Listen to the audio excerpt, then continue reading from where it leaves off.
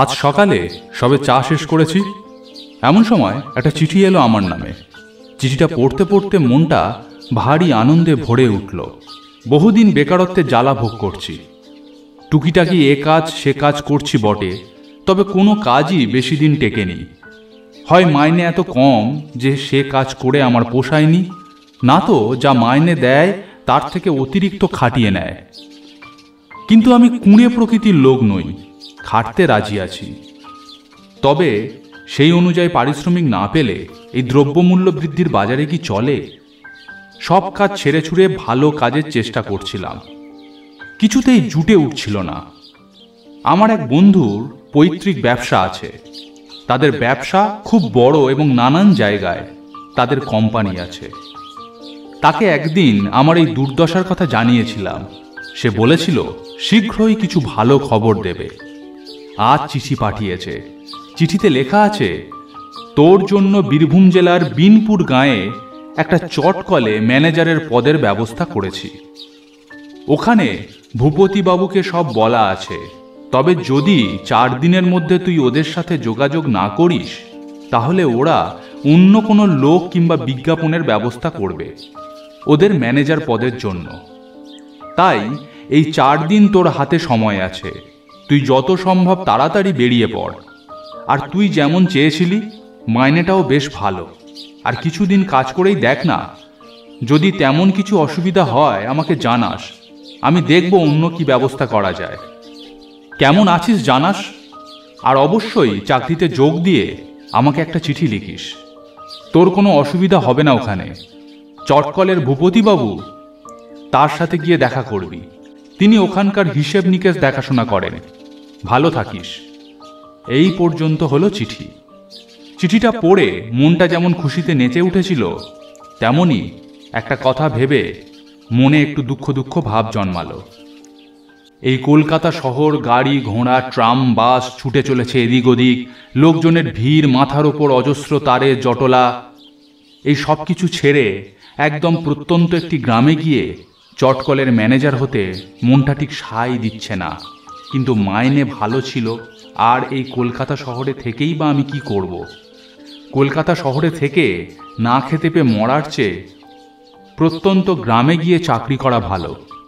তাই আর দেরি না করে ব্যাগপত্র গুছিয়ে ফেললাম। সিদ্ধান্ত নিলাম কালই আমি রওনা দেব। অনেকের কাছ থেকে জায়গাটা সম্বন্ধে জিজ্ঞেস করে জানতে পারলাম প্রথমে নামতে হবে দিনহাটা স্টেশনে। তারপর সেখান থেকে পায়ে হেঁটে বিনপুর, সেও প্রায় মাইল 10।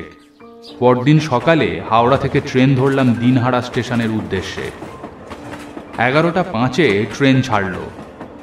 শহরের বড় বড় রাক্ষুসে বাড়িগুলোকে পেছনে ফেলে ট্রেন ছুটতে ছুটতে এক সময় এসে পড়ল ধানক্ষেত, মাঠ, ধুধু প্রান্তরের মাঝখানে। কোথাও বা দূরে মাঠের উপর তাল গাছের সারি, আবার কোথাও মেহগিনি গাছ। কিছু কিছু জায়গায় ধান পেকে সোনার বর্ণ ধারণ করেছে। চারিদিকে এত সবুজ, এত রঙের বৈচিত্র্য দেখে চোখ আর মনে একসাথে একটা অদ্ভুত শান্তি অনুভব করলাম। ট্রেনে বসে বসে ভাবতে লাগলাম মানুষের জীবন বড়ই বিচিত্র। কাল পর্যন্ত আমার কাজের চিন্তা ছিল, কিন্তু আমি ছিলাম আমার চেনা পরিবেশের চেনা গণ্ডির মধ্যে। আজ আমার হাতে কাজ আছে, কিন্তু আমাকে চলে যেতে হচ্ছে আমার চেনা গণ্ডি ছেড়ে অনেক দূরে। তবে আমার চেনা শহর কলকাতাকে ছেড়ে আসার দুঃখ অনেকটা লঘু করে দিয়েছে চারিদিকের অপরূপ সুন্দর পরিবেশ। কলকাতার যে ঘরে আমি থাকতাম, সেই ঘরের জানলা দিয়ে এক ফালতি আকাশ দেখা যেত। পাখি বলতে কাক, চিল আর তেমন কিছু না। ট্রেনে বসে বসে দেখতে পাচ্ছি দূর দিগন্ত পর্যন্ত সবুজ গাছের সারি। তারপর নীল আকাশ উঠে গেছে মাথা পর্যন্ত। তাদের গায়ে সাদা মেঘের ভিড়। গাছে গাছে কত রকম রঙিন নাম না জানা পাখি উড়ে বেড়াচ্ছে আর গান গাইছে। সত্যি কথা বলতে কি, এরকম পরিবেশ আমার মনকে একটা অন্য স্বাদে ভরিয়ে তুলেছিল। সন্ধে নামার পর বুঝলাম যে হয়তো প্রথমটা এখানে থাকতে আমার বেশ খানিকটা অসুবিধাই হবে। দূর দূরান্তে কোনো আলোর চিহ্ন নেই। ট্রেন ছুটে চলেছে অন্ধকারের মধ্যে দিয়ে। যে স্টেশনগুলোতে ট্রেন দাঁড়িয়েছে সেগুলো প্রায় জনশূন্য অন্ধকার। এমন করে ট্রেন কিছুক্ষণ চলার পর সন্ধ্যা 6টা নাগাদ দিনহাটা স্টেশনে এসে থামল। আমিও ব্যাগ হাতে নেমে পড়লাম। দু একজন যাত্রী ট্রেন থেকে নেমেছিল, তারা মুহূর্তে এদিক ওদিক চলে গেল। ট্রেনটা আমাকে নামিয়ে দিয়ে হেলতে দুলতে যান্ত্রিক শব্দ তুলে প্ল্যাটফর্ম ছেড়ে রওনা দিল। কিছুক্ষণের মধ্যেই তার যান্ত্রিক শব্দের আওয়াজও বাতাসে মিলিয়ে গেল। এখন চারিদিকে শুধু ঝিঝির কোড়াস। স্টেশনটা প্রায় অন্ধকারে মিশে আছে। পুরো স্টেশনে একটা লোকও নেই। আকাশে তারা বা চাঁদের দেখা নেই। সম্ভবত আকাশ আবছা কালচে মেঘে আচ্ছন্ন। স্টেশন মাস্টারের ঘরের সামনে শুধু একটা হ্যারিকেন জ্বলছে। ঘরের ভেতর থেকে হলদে আলো এসে পড়েছে বাইরে। ভেতরে নিশ্চয়ই লোক আছে।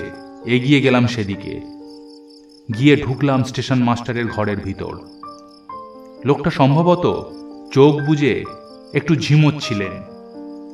আমার পায়ের শব্দ শুনে সোজা হয়ে বসলেন। সন্দিগ্ধ দৃষ্টিতে আমাকে একবার আপাদমস্তক লক্ষ্য করে নিয়ে বললেন, কে আপনি? কোত্থেকে আসছেন? নমস্কার, আমার নাম মৃণাল ভট্টাচার্য। কলকাতা থেকে আসছি। আপনি কি স্টেশন মাস্টার? হ্যাঁ, আমি স্টেশন মাস্টার। আপনার কাছ থেকে একটা জিনিস জানার ছিল। আমি এ অঞ্চলে নতুন এসেছি। রাস্তাঘাট তেমন কিছুই জানি না। বিনপুর গাঁয়ের রাস্তাটা কোন দিকে বলতে পারেন? আপনি বিনপুর যাবেন? সেখানে আপনার কি দরকার? সেখানে যে চটকল আছে, আমি ওখানে চাকরি পেয়েছি, তাই যাব। ও আচ্ছা আচ্ছা। তা মশাই, এত রাতে যাবেন কি করে? রাস্তাও তো নেহাত কম নয়, প্রায় মাইল 10। হ্যাঁ, আমি জানি রাস্তাটা অনেকটা, কিন্তু আমাকে যে যেতে হবে। আপনি আমার অচেনা, তবু যদি আমাকে বন্ধু হিসেবে মনে করেন তাহলে আমি একটা পরামর্শ দিই। আজ স্টেশনে রাতটা কাটিয়ে দিন। ভোরের আলো ফুটলেই বেরিয়ে যাবেন। না না না না, আমি আজকেই যাব। আর রাতটা শুধু শুধুই বা এখানে কাটাবো কেন? আমার জন্য ওখানে ঘরদোর সব তৈরি আছে। কোনো রকমে হেঁটে পৌঁছাতে পারলেই হয়। সেইটাই তো সমস্যা। সবাই তো আর হেঁটে পৌঁছতে পারে না। মানে সবাই হেঁটে পৌঁছাতে পারে না মানে? মানে অন্য কিছু নয়, রাস্তাটা খুব একটা ভালো না। সেই জন্যই আপনাকে অনুরোধ করছি, আপনি আজ রাতটা এখানে থেকে যান। ভালো নয় মানে কি? চোর ছিনতাইবাজের কথা বলছেন? এ অঞ্চলে চোর ছিনতাইবাজ কোত্থেকে আসবে? সে এক অন্য বিপদ। চোর ছিনতাইবাজের ভয় নেই যখন, অন্য আর কি বিপদ হতে পারে? না না, আমি আজ রাত্রিরেই ওখানে রওনা দেব। কেন বোকামি করছেন? নতুন লোক, এ অঞ্চলে কিছুই জানেন না। এমন সময় প্রচণ্ড এক বিদ্যুৎ চমকে চারিদিক উদ্ভাসিত হয়ে উঠল। তারপর কান ফাটিয়ে বাজ পড়ল। তারপর কিছুক্ষণ সব চুপচাপ। আবার একটা প্রচণ্ড বাজের শব্দে চারিদিক কেঁপে উঠল। তার সাথে শোনা গেল ঝমঝম করে বৃষ্টি নেমেছে। এই সমস্ত ঘটনার আকস্মিকতায় আমরা দুজনেই একটু চুপ করে গিয়েছিলাম। দেখলেন তো, শুধু আমি না, ভগবানও চান না যে আজ আপনি ওই রাস্তা দিয়ে যান। এই বৃষ্টির মধ্যে কি করে যাবেন? ঘণ্টাখানেকের মধ্যেই বৃষ্টি কমে যাবে, আর আমার কাছে ছাতা আছে। তাহলে মন থেকে যখন ঠিক করেই ফেলেছেন যাবেন, তখন আর আমি কি করি বলুন? আপনাকে বিশেষ কিছু উপকার করতে হবে না। শুধু রাস্তাটা কোন দিকে একটু একটু বলে দিলেই হবে। রাস্তা খুব জটিল কিছু না। বাইরে যে বড় রাস্তা বাঁদিকে চলে গেছে, সেই রাস্তা ধরে হেঁটে 10 মাইল গেলেই বিনপুর গাঁ। আপনাকে অনেক অনেক ধন্যবাদ। এরপর খানিকক্ষণ পর্যন্ত সময় বাইরে বৃষ্টি আন্দাজ করে কাটালাম।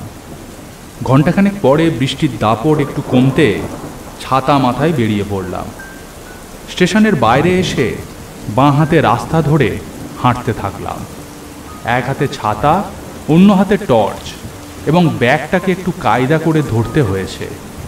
লাল কাঁকড় বেছানো মাটির উপর হলদে টর্চের আলো ফেলে বুঝলাম মাটি ভিজে গিয়ে তার লাল রং আরও গাঢ় হয়ে এসেছে। তখনও ঝিরঝির করে বৃষ্টি হয়ে চলেছে, তবে বৃষ্টির সে দাপট এখন আর নেই। কিছু কিছু জায়গায় মাটি ভিজে গিয়ে কাদার সৃষ্টি হয়েছে, সেগুলো একটু সামলে চলতে হচ্ছে। বড় বড় জলের ফোঁটা গাছের পাতা থেকে ঝরে পড়ছে। আকাশে চাঁদ আছে তাও বুঝলাম, কিন্তু কালচে মেঘে সেটাকে ঢেকে রেখেছে। কখনো কখনো মেঘের ফাঁক ফোকর দিয়ে আবছা চাঁদের আলো দেখা যাচ্ছে আকাশের বুকে। চারিদিকে ঘর বাড়ি, মানুষের চিহ্ন, কুকুর বেড়াল কিছুই দেখতে পেলাম না। এমনকি আলোর চিহ্ন মানে আলোর বিন্দু পর্যন্ত দেখা যাচ্ছে না। রাস্তার দুধারে ধান ক্ষেত, মাঝে মধ্যে একটা আধটা পুকুর, খাল বিল পড়ছিল পথের পাশে। লাল কাঁকড় বিছানো মাটির ওপর খচমচ শব্দ তুলে হেঁটে চলেছি আমি। হাঁটতে হাঁটতে অনুভব করলাম বেশ খিদে পাচ্ছে। সেই ট্রেনে 2-1 কাপ চা আর একটু ঝালমুড়ি খেয়েছিলাম। পেট খিদেই চোঁ চোঁ করছে। কিছুটা দূরে হাঁটার পর হঠাৎ আমাকে অবাক করে এক জনশূন্য প্রান্তরের মাঝখানে আলো দেখতে পেলাম। কাছে এগিয়ে গিয়ে বুঝলাম এটা একটা হোটেল। সামনে এক হলুদ সাইনবোর্ডে বড় বড় করে লেখা রয়েছে ভাতের হোটেল। ভেতরে ঢুকে দেখলাম খদ্দের পত্র কেউ কোথাও নেই। একটা লোক টেবিল পেতে বসে আছে, সেই সম্ভবত দোকানের মালিক। আমি কাছে এগিয়ে যেতেই লোকটি বলল, আপনি কে মশাই? এখানে কি চাই? হঠাৎই এ প্রশ্ন শুনে একটু থতমত খেয়ে গেলাম। সাধারণত কোনো খাবারের দোকানে ঢুকলে আমরা এ ধরনের প্রশ্ন শুনতে অভ্যস্ত নই। তারা সুমধুর কণ্ঠে বলে থাকেন, আসুন বাবু, কি খাবেন বলুন। আর এখানে ঠিক তার উল্টো। আমি নিজেকে একটু সামলে নিয়ে বললাম, আমি কলকাতা থেকে আসছি, বড় খিদে পেয়েছে। দেখলাম বাইরের সাইনবোর্ডে ভাতের হোটেল লেখা রয়েছে, তাই এলাম। লোকটির চোখ মুখ দেখে আমি বুঝতে পারছিলাম যে সে আমাকে দেখে মোটেই খুশি হয়নি, কিন্তু তার অখুশি হওয়ার কারণও আমি কিছু বুঝতে পারছিলাম না। আর একবার আমাকে আপাদমস্তক দেখে নিয়ে সে বলল, না মশাই, খাবার হবে না। খুব খিদে পেয়েছিল। একদমই কি হবে না? সব খাবার শেষ বুঝি? খাবার রয়েছে, কিন্তু আমার বাঁধা খদ্দের আছে, তাদের জন্য রাখা আছে। হ্যাঁ, বলছি তার থেকে কি আমাকে অল্প একটু দেওয়া যায় না? বড় খিদে পেয়েছে, এখনো অনেকটা রাস্তা যেতে হবে। দেখুন না একটু কিছু ব্যবস্থা করা যায় কি না। তাদের থেকে কি করে ভাগ দিই বলুন তো? তারা যে রাগ করবে। তাহলে কি আমি খালি পেটেই ফিরে যাব? বড় খিদে পেয়েছিল। আচ্ছা আচ্ছা, ঠিক আছে, বসুন, গিয়ে দেখি কি ব্যবস্থা করা যায় আপনার জন্য। এ কথা শুনে মনে শান্তি অনুভব করলাম। দোকানদারটি যেখানে বসেছিল সেখানে আমার ছাতা নামিয়ে রেখে গিয়ে বসলাম ভিতরে। সারিবদ্ধভাবে বেঞ্চ এবং টেবিল পাতা। খানিকক্ষণ পরে এক থালা ভাত, সোনামুখের ডাল, মাছের মাথা দিয়ে চচ্চড়ি এবং মাছের কালিয়া এসে পৌঁছালো আমার টেবিলে। দোকানে বসে থাকা লোকটাই পরিবেশন করল। সামনে এক থালা ভাত, এত রকম তরকারি পেয়ে খেতে শুরু করলাম। খেতে খেতে বুঝলাম রান্না অতীব চমৎকার। আমি খাচ্ছি, এমন সময় লোকটা এসে বলল, মশাই, একটু তাড়াতাড়ি খাবেন, আমার খদ্দের আসার সময় হয়ে এসেছে। আরে বাবা, খাবারের সময়টা তো দেবেন। খাওয়া হয়ে গেলেই আমি চলে যাব। আর খদ্দের এলে আসুক না, এখানে জায়গা তো কম নয়। তাদের সাথে আপনি বসে খেতে পারবেন না। এ আবার কেমন কথা? কেন? আমার সাথে বসে খেলে কি তাদের জাত যাবে? এ জাতের ব্যাপার নয়। তারা যে যাক, সেসব কথা আপনার সাথে বকে লাভ নেই। আপনি তাড়াতাড়ি খেয়ে আসুন দেখি। হ্যাঁ হ্যাঁ, এক্ষুনি খেয়ে যাচ্ছি। এই বলে দোকানদারটি সেখান থেকে চলে গেল। কি অদ্ভুত ব্যবহার রে বাবা। আমি খুব তাড়াতাড়ি খেতে পারি না, কিন্তু অগত্যা একটু তাড়াতাড়ি খেয়ে নিতে হলো লোকটার কথা অনুযায়ী। তবে খিদেও পেয়েছিল, তাই বেশিক্ষণ লাগলো না খাবার শেষ হতে। এতক্ষণে বাইরে বৃষ্টি বন্ধ হয়ে গিয়েছে, চারিদিকে একটা থমথমে ভাব। কোনো ঝিঁঝি পোকা বা কোনো কিছুর শব্দ যেন পাওয়া যাচ্ছে না। হাত ধুয়ে দোকানদারের সামনে গিয়ে দাঁড়ালাম। আমার তাহলে কত টাকা হলো দাদা? তাড়াতাড়ি দিন, আপনার 40 টাকা হয়েছে। হ্যাঁ হ্যাঁ, এক্ষুনি দিচ্ছি। এই বলে পকেট থেকে টাকা বের করে লোকটাকে দিলাম। আপনি যে এতক্ষণ ধরে খদ্দের করছেন, তো আপনার খদ্দেররা কই? কারোর টিকিটিরও পর্যন্ত তো দেখা পাচ্ছি না। এক্ষুনি এসে পড়বে, তারা এসে পড়লেই বড় বিপদ হবে। বিপদ? কার বিপদ? কার আবার? আপনার। আমার বিপদ কেন? আপনার খদ্দের কি বাঘ না ভাল্লুক?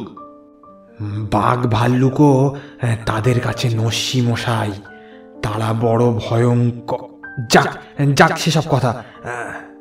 লোকটা প্রবল ব্যস্ত হয়ে বলল, এবার যান যান, আমার খদ্দের আসার সময় হয়ে গেল। আসুন, আপনি এখন আসুন। আমি আর কথা না বাড়িয়ে দোকান থেকে বেরিয়ে গেলাম। লাল কাঁকড় বেছানো মাটির ওপর দিয়ে হাঁটতে থাকলাম। এখন আর টর্চের দরকার পড়ছে না, কারণ আমাকে অবাক করে আকাশে কালো মেঘ সরে গিয়ে গোল থালার মতো চাঁদ দেখা যাচ্ছে। চারিদিকে একটানা ঝিঁঝি ডেকে চলেছে। রাস্তাঘাট বেশ পরিষ্কার দেখা যাচ্ছে। এই প্রবল বৃষ্টির পরে আকাশ পরিষ্কার হয়ে চাঁদ উঠে এক অদ্ভুত মহিমা সৃষ্টি করেছে। তার আলোয় হালকা নিশাচ্ছন্ন হয়ে উঠেছে সমস্ত পরিবেশ। এইসব দেখতে দেখতে যাচ্ছিলাম, হঠাৎ রাস্তার মাঝখানে দাঁড়িয়ে পড়লাম। কারণ তখন আমার মাথায় একটা কথা বিদ্যুৎ চমকের মতো মনে পড়ে গেল, যেটা আমি একেবারেই ভুলে গিয়েছিলাম। আমার ছাতা, সেটা যে সবে কদিন আগে কিনেছি বড় বাজার থেকে, সেটা সেই দোকানেই ফেলে এসেছি। সেই যে অদ্ভুত লোকটা বসেছিল, তার টেবিলের গায়ে সেটা হেলান দিয়ে রাখা ছিল। আসার সময় একদম ভুলে গিয়েছি আনতে। আকাশে বৃষ্টি নেই বলে ছাতার অভাব বোধহয় বেমালুম ভুলে গিয়েছিলাম। খানিকক্ষণ এসব ভেবে পেছন ফিরে আবার হাঁটতে শুরু করলাম সেই ভাতের হোটেলের উদ্দেশ্যে।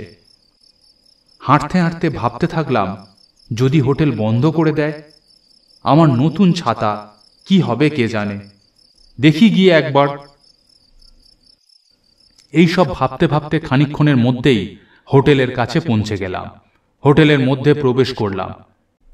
যেখানে কিছুক্ষণ আগে লোকটা বসেছিল, সেখানে এখন কেউ নেই। আমার ছাতাটা সেই টেবিলের গায়ে হেলান দেওয়া অবস্থাতেই রাখা ছিল। সেটাকে হাতে তুলে নিলাম।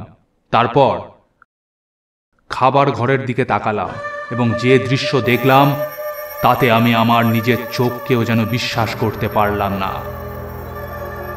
দেখলাম কিছু কঙ্কাল টেবিলের উপর বসে ভাত খাচ্ছে, আর একটা কঙ্কাল খাবারের বাটি হাতে তাদের যত্ন আপ্যায়ন করছে। সেই যে দোকানের মালিক, তাতে কোনো সন্দেহ নেই।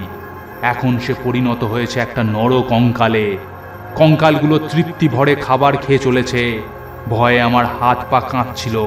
পিঠের শীত দাঁড়াবে একটা হিমশীতল স্রোত উঠে আসছিল ওপরের দিকে। ভয়ে আমি নড়বার শক্তি হারিয়ে ফেলেছিলাম। সেইখানেই পাথরের মতো দাঁড়িয়ে রইলাম অনেকক্ষণ, মিনিট খানেক তো হবেই। হঠাৎ এমন সময় যে কঙ্কালটি পরিবেশন করছিল, সে আমার দিকে তাকালো এবং নাকি সুরে বলল, কি চাই বাবু? তারপর আমার হাতে ধরে থাকা ছাতাটির দিকে লক্ষ্য করে বলল, ও, ছাতা নিয়ে যেতে ভুলে গিয়েছিলেন বুঝি? তা যান, নিয়ে যান। ও হ্যাঁ, আপনি জিজ্ঞেস করছিলেন না আমার খদ্দেররা কখন আসবে? এই দেখুন, আমার খদ্দেররা সবাই এসে পৌঁছে গেছে।